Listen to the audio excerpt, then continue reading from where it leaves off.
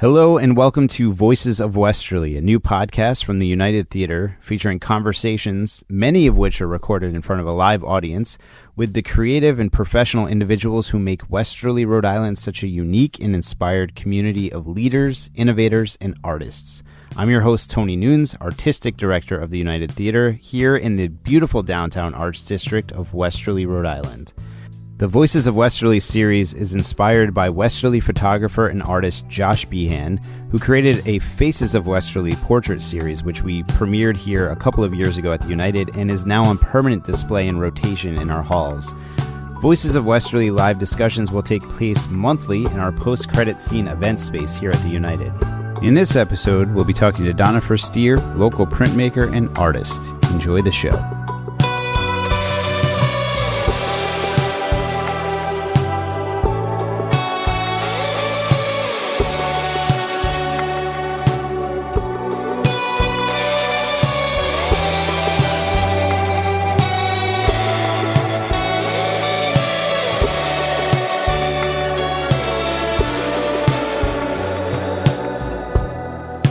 All right, so Donna, welcome. Thank you. I start every one of these kind of in the same way, with a little bit of backstory about how you found yourself in Westerly, whether you're born here or just ended up here one day out of happenstance. So let's start with your Westerly origin story and talk a little bit about how you came to this fine place called Westerly. Well, I think in 1957, I found myself in the Westerly Hospital. I wasn't aware of it at the time, but I grew up literally on the other side of the tracks. So I was born right here in Westerly and attended all the Westerly public schools. Even though my parents wanted me to go to private school, we talked them into public. So I started to do it that way. Okay. So I am from here, born, raised here, and I left when I was 18 and just came back 2 years ago. So you were born in Westerly. Yes. Did you go to Westerly High School? I went to Westerly High School. I went to the school across the street first, kindergarten and that, and then I went to the middle school, which was Babcock Junior High, which is no longer there, and then I went to the Westerly High School and graduated in 75. And did you ever get out of Westerly for a period of time? I did. When I was 18, funny story, John Denver was pretty big, and they were doing the Rocky Mountain High song, you know, so I decided I was going to pack up my little Subaru and go out to Colorado. And my car was packed with all kinds of food. My girlfriend Diane came with me, and I just took off. And I drove across country, went to the University of Denver. I lasted a year because I was so homesick. I missed Westerly so much. So then I left, transferred to the University of Maine in Orono, where I lived in my brother's house, took care of that, and worked in the restaurant business and did murals in the town. But graduated in 79 from Maine as an art teacher and immediately got a job in Maine and stayed there until I think it was 1986 or 83, actually 83, and then moved to Connecticut. So what kind of artist are you? Well, I'm an artist that definitely reflects on her upbringing. I've never been a pretty artist, meaning not, well, visually too, but never like pretty flowers and gorgeous landscapes, which I appreciate. I've always been one that enjoyed the culture here with the Calabrese and Sicilian, always enjoyed the house that I lived in and the environment around me. So I started drawing pen and ink. I used a rapidograph pen, I remember, and in high school, one teacher came to mind as Miss Pendleton. She was a woman that allowed me that freedom. So I just pursued it there, and I did a linoleum print, I remember. But my parents, during that time, you know, it's such a long time ago that you're not supposed to make messes in your house. That was not what you were allowed to do. So I had to really go outside to do that and come back in with different tools to do that. But they allowed me to pursue the arts. So when I said I wanted to go to art school and be an art teacher, that was a big deal. And I wanted to be an art teacher since third grade. I'm one of those sick people that always knew what I wanted to do. Can you imagine? Third grade. And you did it. With a Catholic school that I went to Catholic. Did I tell you I went to Catholic school? No. I should tell you that. Tell us your Catholic school stories. Maybe I blocked it. Immaculate Conception. where nuns were allowed to hit you, and you couldn't talk, and you had those desks that lifted up.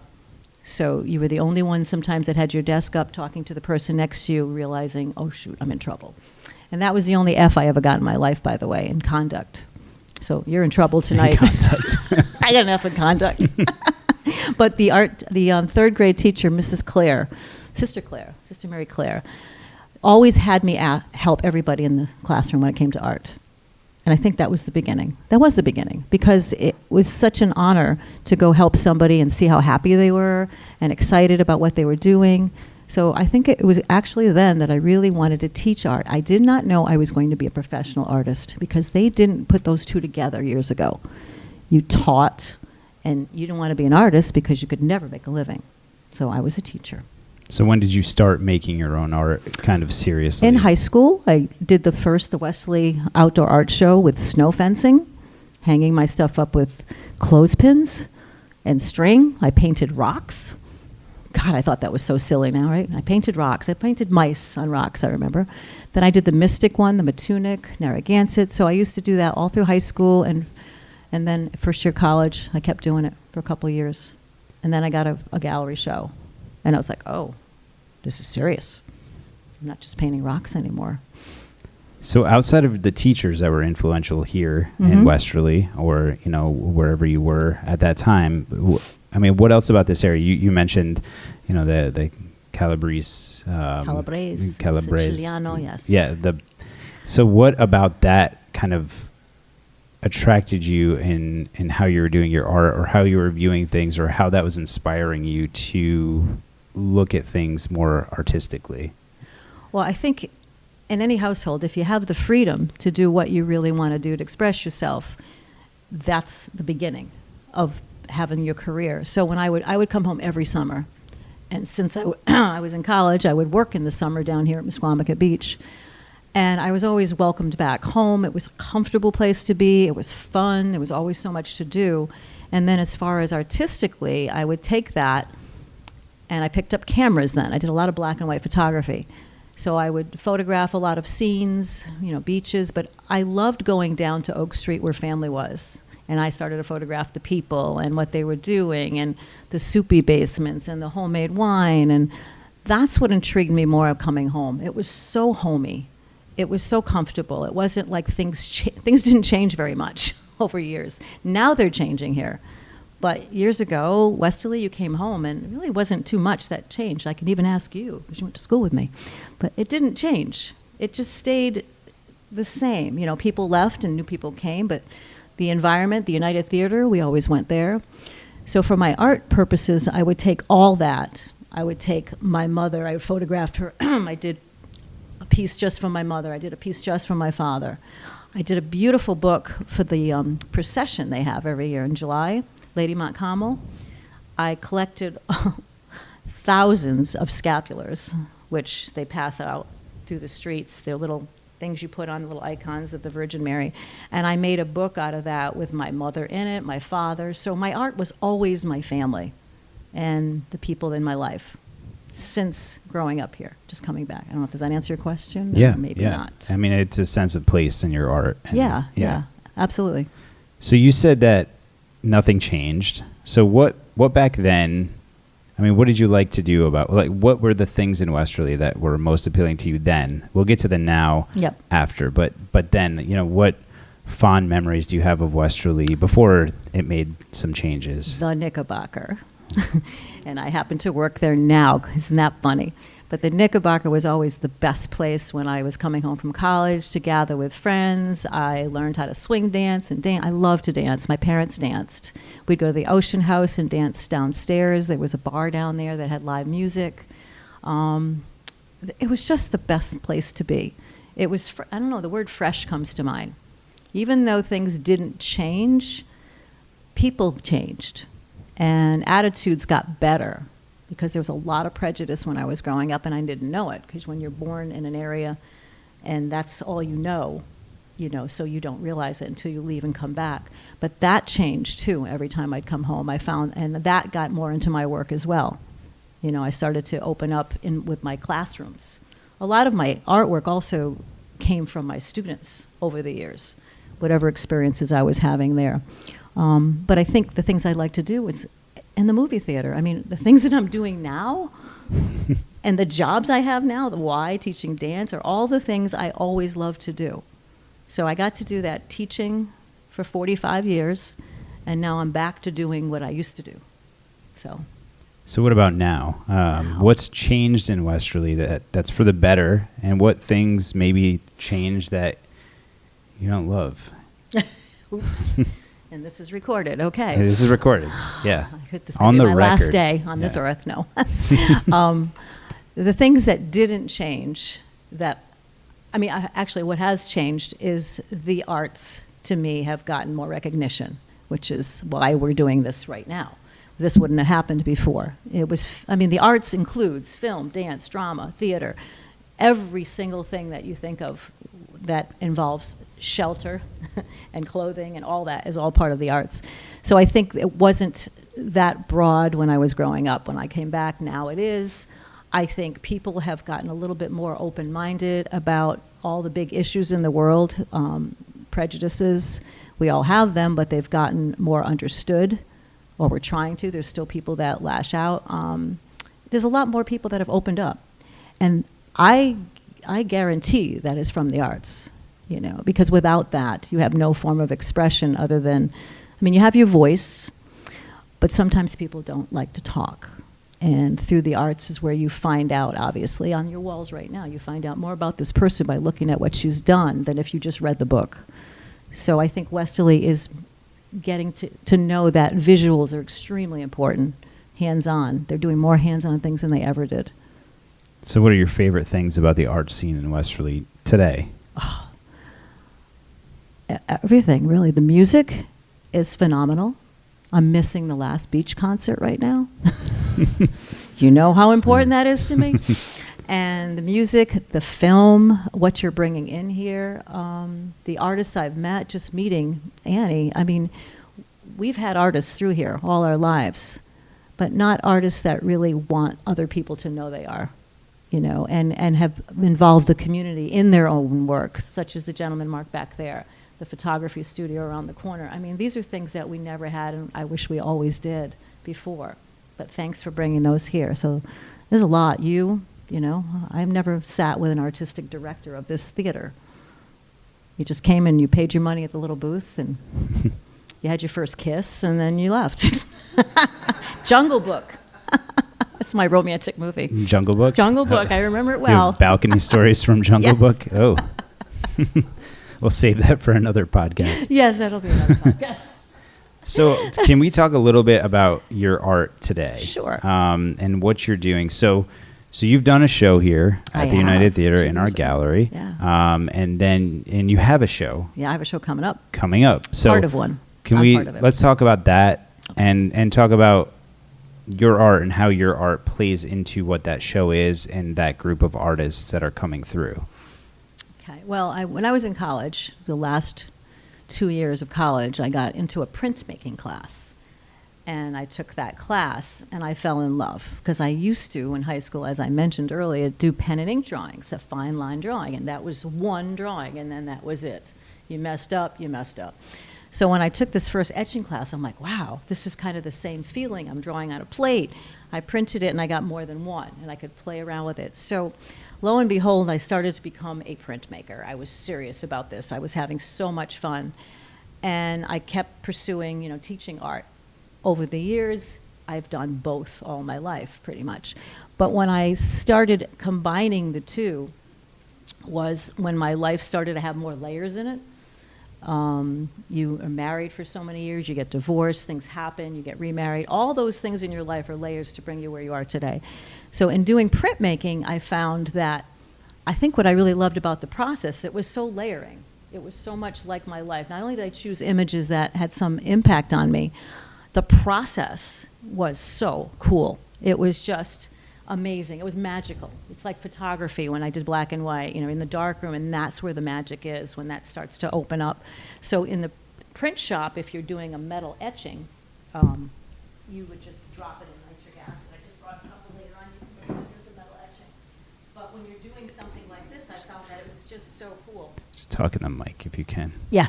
So I thought it was so cool that you would drop something into acid, you'd pick it up, and you'd see what was there. So I started to pursue that more and more.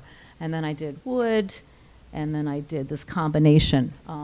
But Westerly itself, this was a car that my brother had when he was little, and he used to ride it with the pedals, okay?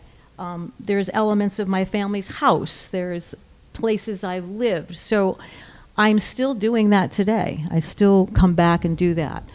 Along the way, I've met more and more printmakers, and we got together 30 years ago and decided we would form this little group. It was 7 of us in 1993. And we decided we wanted the world to know what printmaking is. It's the process that books are come from. Well, you would have never had books today if it wasn't for that. It was a religious thing that got going with the monks. So we decided we wanted the world to kind of know that. So we were all educators. We were all in college. We all taught professors, some of us high school teachers. I taught inner city Hartford. And we got together 30 years ago, formed this little group, and we started to find shows and ways to show what we're doing in an educational venues. We've done that for 30 years now. So upcoming is our show of our 30th anniversary. And we chose the word pearl because it's 30 years when you're married. So we use that, and you're going to see all different transitions of how we see pearl. Mine is that bottom one down here, and it's a linoleum, it's a wood cut, a laser cut, it's laser on acetate, and then it's a monotype on the very bottom. So it's all four forms of printmaking in that one right there. So bringing you forward, taught for 45 years, worked on my prints all the way. I would actually bring my artwork to school. My high school students in Hartford were the best carvers on linoleum and wood because I trusted them with tools. They thought I was nuts. And I had to count the tools before the class was over, make sure I got them all back, all my blades, and then I let them go. But I used to bring my work in, and that was a key of really making contact with the kids to show them that I was an artist. I am an artist, because a lot of teachers that I knew didn't practice what they taught. So I would show them what is from my home, and I would use that to stir them up and to get some imagery out of them of where they're from. So I found it the best thing was to do my art, bring it in, talk to the kids, talk about my home. They all knew my family. And my mom would come up to school sometimes, and my kids used to help me teach.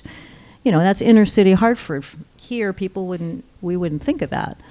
But it made teaching easier for me, and it made them better students and understand it. So I think that brought me to the end where I left Hartford. I taught private for 23 and Hartford for 15, and then my last 4 years before I came back home here 2 years ago was 4 years at Focus Center for Autism. That was the top of my list.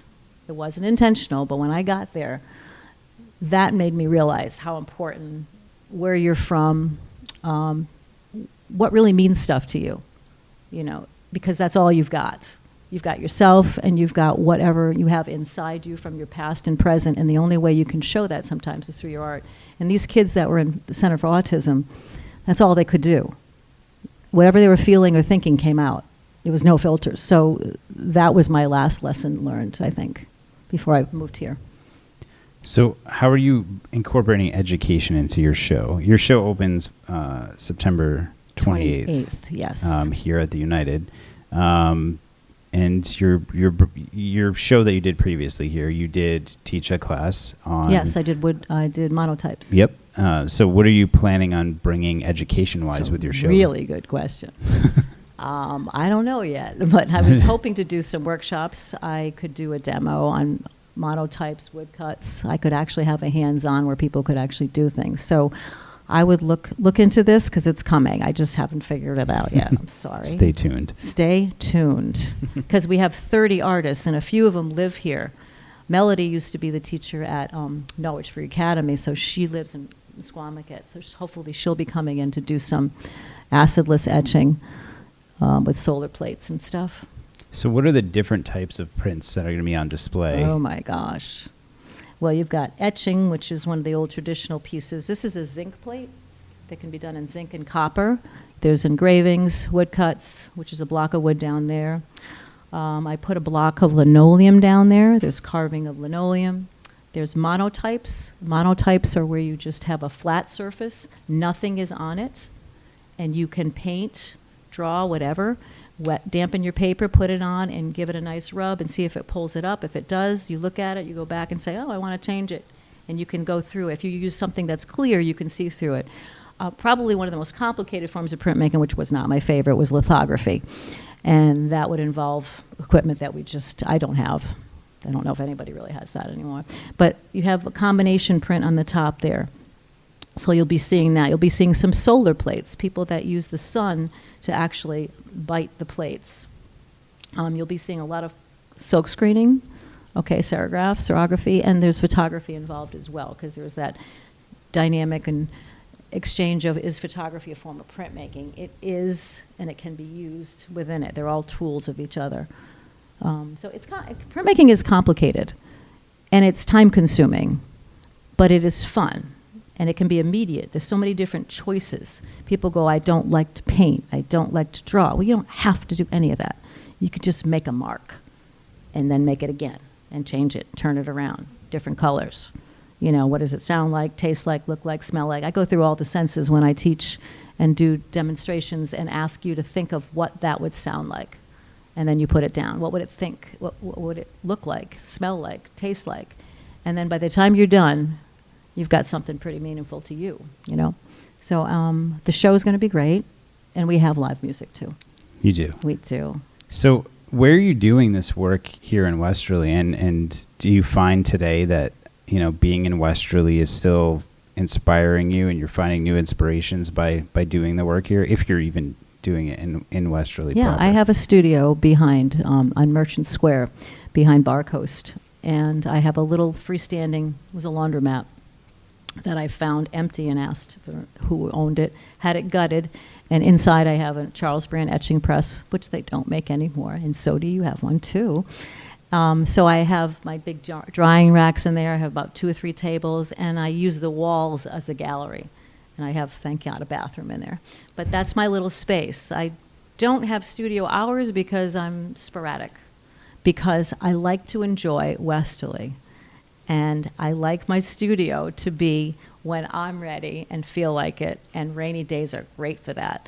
But otherwise, I am such a beach person. I love the ocean, love just to sit there. And you'd think I'd be painting the ocean as much as I love the ocean, right?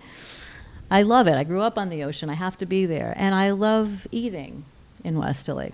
And I love live music. So there's just so many things that go back and forth. But the greatest thing is you can just take a day off, walk through town, and do all these things without making a plan. Westerly's like that. It's a town. There's not a lot of towns left. There's a lot of malls, but there's not a town where you can walk to the post office, and walk here, and walk to a bookstore, sadly. But that'll happen, I guess. It will. It will happen. It'll happen again. Yeah. But I'm very happy to be here. We bought a condo 12 years ago, and that was our second home. And we thought, okay, we'll retire here. And then when COVID hit, as it happened to everybody here, you took different changes and turns in your life. So it was time to sell, leave, and where do we go? Here. I didn't want to live in a condo. And then the light bulb went off after being here a year. I'm renting a studio. I'm getting out of the basement of the condo where I was trying to make my studio. And I think that's where I just really feel comfortable now. I'm more comfortable in Westerly now than I was when I was growing up. There's things I've never seen. There's a lot here. There is. There's a lot to see. That's a good segue to the way I like to end all of these conversations is with kind of a big question, which is, in the next 5-10 years, what would you like your impact to be on Westerly, or what would you like to do and change, or to spur change that you might see is necessary here in Westerly? Having as much more recognition for the visual arts, because I know our music is doing phenomenal, and I know our theater and our film is doing really well. I don't think our visuals are up to that yet, and I don't know if our schools are up to that yet too. So I would like to help the education departments, and I'd like to help anything that's visual with the arts, promoting it, putting shows together, whatever, when it's on my time. Yeah, of course. That's a big thing, because all of a sudden it was like, oh, do you want to volunteer and do that? No. Yeah, I got to think about this. So I don't want to get too overwhelmed either, because I love doing my art. I don't do my art for you. Sorry. But that's not who I am.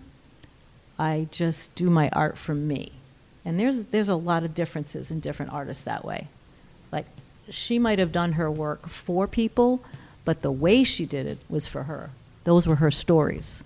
So there's that too. You can do it for you as long as it's my story. That's why I don't really do like, will you paint a portrait of my daughter? No. Unless you want her in a cypress tree in Italy, I'll do it. But I love Westerly, and I was just so excited. That's why I wanted to do this, because this is my town. My parents would be so happy. Right? Yes. Thank you, Donna, for joining us. You're welcome. Everybody come and check out her show opening here on September 28th. Yeah, you have an invite on your seat.